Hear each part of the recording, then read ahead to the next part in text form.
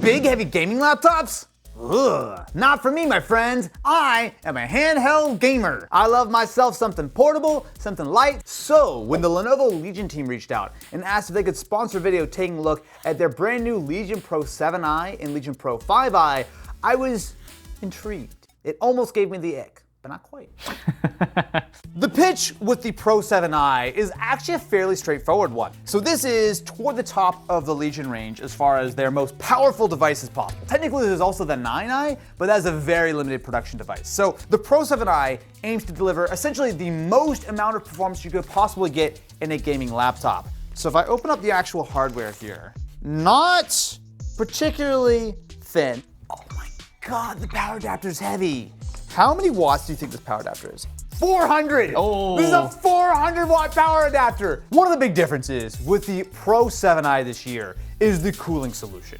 Now it's one thing to throw a 250 watt TDP at a laptop. That's very impressive, but it's not necessarily unique. When your hands are being roasted on the palm rest, the keyboard is hot, you're listening to this crazy fan noise. And look, the laws of physics, last time I checked, are still laws and not just mere simple suggestions. So unlike some of the previous models that had most of the big heavy ports in the back and you had like sort of intakes on the side, the Pro 7i has a Legion cold front vapor chamber with integrated hyper chamber. So all the ports are now on the sides, including the power adapter, which is a little bit annoying because it's a fairly thick, heavy power adapter. But in exchange, all of the intake is now done on the bottom of the laptop. That paired with the fact that there's an additional fan on the inside somewhere around, I think, this sort of middle area, it means that the actual device itself should not be incredibly hot while you're gaming. What you're getting here is theoretically a device that is much more focused on delivering that high level of performance with at least fewer compromises. There are a lot of things I want to try. But before I get to that, we also have our Legion Pro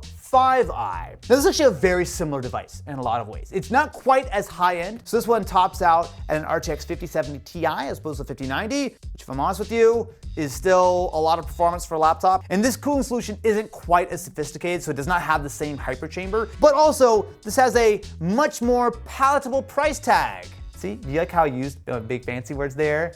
Sophisticated, palette, price tag?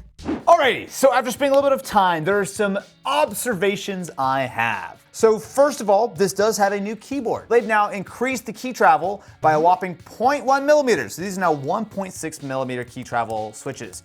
I'll say, as always, they feel really nice. The one gripe I have, and I know that no one's gonna agree with me whatsoever, is that I really don't like having the number pad. I know, it's a 16-inch laptop. I'm in the tiny minority, but to me, all it does is make me move my hands over. I mistype because I keep sliding over because that's not the end. Other than that, very lovely keyboard. It also has a very nice screen too. This is a 2.5K 240 Hz OLED. Now, a lot of the other competitors in the high-end space are sticking with mini LED, and there's some advantages to that. I mean, they're typically a little bit brighter, but to me, I definitely prefer OLED when it comes to the contrast, the black levels, and especially when it comes to like the viewing angles. And these speakers are also pretty good. I mean, very solid speaker setup. But I mean, look, this, especially as configured with the RTX 5090, 64 gigabytes of RAM, two 1 terabyte SSDs, the Intel Core Ultra 9 275HX processor is a very, very expensive laptop. Now, obviously, you can get the same chassis and a lot of these same benefits with not a fully maxed out configuration. But we're not here to listen to music. We're not here to watch YouTube videos. We're not here to type. No, we're here to game. Of course, we're gonna be using Cyberpunk, which really is kind of the best game that really optimized itself for this RTX 50 series. So let's do this here. We're gonna go full ray tracing overdrive settings. I am gonna use DLSS. I'm actually gonna turn off frame gen. I don't really think we need it with this device. So right now, at the full resolution of the panel, but with DLSS on, we're getting about 60 FPS in path tracing mode. Now, if I want to turn on frame gen, I can easily double, triple this frame rate, but there are no fake frames here. These are all 100% real frames. They are being upsampled with DLSS, but especially with the DLSS transformer model, if you look super closely, you can look for tiny artifacts, but like, you're pixel peeping to the point where you're not gonna spot it. That's one of the advantages of a system like this. No one buys a Legion Pro 7i to have it as a super portable little kind of baby workstation, right? This is a device that's meant for gaming. It's a device that's meant for productivity, and you've got the performance with that Intel processor. You have a few different settings, of course, when it comes to performance. Now, I'm running in the full performance mode with the overclocked GPU. However, you actually have some customization here. So right now, I am not running it with the performance optimization, but this has the Lenovo AI engine inside. Now, I know what you're thinking, more AI stuff. But this is actually kind of useful. So there are actually two different chips inside here. Hardware, physical chips inside this device that help to optimize your power.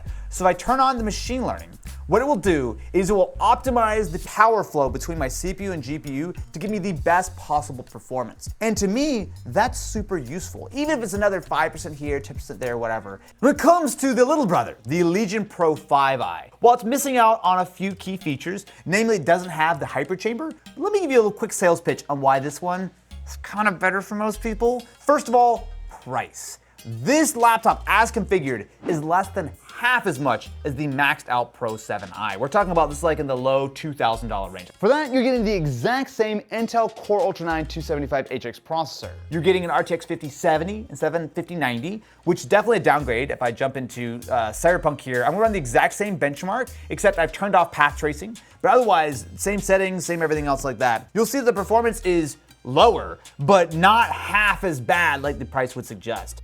With our 5070, we got 55 FPS. Is there a difference in the visuals? Yes, but I think especially when it comes to the laptop side, a 5070 or especially like a 5070 Ti is such a good sweet spot when you consider how much more expensive it is to get that extra 10, 20, 30% on the high end. It has a very good display. However, it is running at 165 Hertz instead of 240, but still OLED, still 16-inch, the whole thing. This laptop is the smart choice, if I'm being entirely honest with you. If you do not need the absolute maximum in performance, going to something like this, you're getting a lot more bang for the buck. However, what you do really miss out on with this laptop is the incredibly cool hyperchamber. Let me actually pull out the smoke machine and let me show you exactly how that thing works, because it is wild at what you can get with the Pro 7i if you really, really start cranking it. Probably the best way to demo this is by using a thermal camera. So we've been running a full benchmark for about 15 minutes now, and what you'll see is that while the top of the laptop is a little bit warm, the keyboard's a touch warm.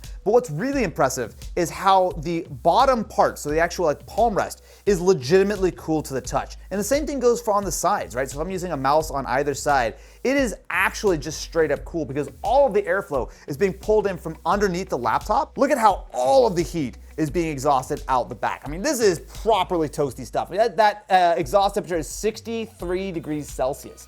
But this is actually a really clever bit of engineering because what they've done is they have not only designed that hyperchamber to push as much airflow as possible for cooling, but there are also some other benefits. So we switch over to my little mic here. I'm gonna put this in front of the laptop and behind so you can really hear the difference. So this is what it sounds like at a normal kind of distance. And then let's move around back. I mean, when you got 250 watts of TDP, that heat and that noise has to go somewhere. And the thing is, it is all being exhausted out the back toward people you don't like, you know, on this side of the room. Hey. I mean, I like y'all. I'm saying like other theoretical people. To give you a little bit more of a visual, let me show you what it looks like with my handy dandy smoke machine. So if I start putting it, you'll see that it's gonna start sucking it up from the bottom, sucking up from the side especially. You can see how it just absolutely eats up all the smoke. Look at that. I mean, is it gonna be something that you need to learn? No. Is it really cool that this thing has that level of cooling capability? Heck yeah, brother. All right, so after putting these Legion Pro laptops to their paces, I've gotta say that Lenovo have made some real improvements here. I mean, I'm a guy who always reaches for the thinnest, lightest laptop I can. So I've typically been pretty resistant to the whole concept of a thick gaming laptop, because to me, it always comes back to those pretty brutal compromises. Talking about loud fans, terrible battery life, enough heat to fill a small room. I'm just not the target audience for these Pro models. But even I can appreciate what's genuinely impressive here. That cold front hyperchamber tech we just saw in action isn't just marketing fluff. It's the kind of legitimate innovation that trickled down from their Halo Legion 9i. You know, the $5,000 plus beast with the 18-inch display and the forged carbon. I mean, the 9i is the all-out, everything including the kitchen sink approach to gaming laptops. And now we're starting to see some of that tech trickle its way down to more accessible models like this. Don't get me wrong, These are still very much performance-first machines. So the Pro 5i that I've tested runs about $2,200 as configured with the 5070, and this maxed out Pro 7i hits $4,500 when you outfit it with the 5090. Trust me when I say, you are not buying these for portability or all-day battery life. But the quality of life improvements really are there. There's no more hot air blasting your mouse hand, they're noticeably quieter under load, and they actually have the thermal headroom to sustain these RTX 50 series GPUs without throttling. And if you step down from the fully loaded configuration with my Pro 7i to something like an RTX 5080 and you opt for a single SSD instead of dual, you're saving about $1,000 for what is legitimately absolutely a powerhouse. And for me, the Pro 5i really hits the sweet spot for competitive gamers who want serious performance at a much more accessible price point. Look, these are not going to convert someone like me who values thin and light above all else. But if you're a gamer or creator who prioritizes performance and you've been waiting for a high-end gaming laptop that doesn't sound like it's about to achieve liftoff, then Lenovo has made some real progress here. Don't get me wrong, these are still muscle books, but they are much more livable muscle books. Thank you very much to Lenovo Legion and Intel for sponsoring this video. As always, I'll have links to check out both the Pro 5i and the Pro 7i in the description of this video.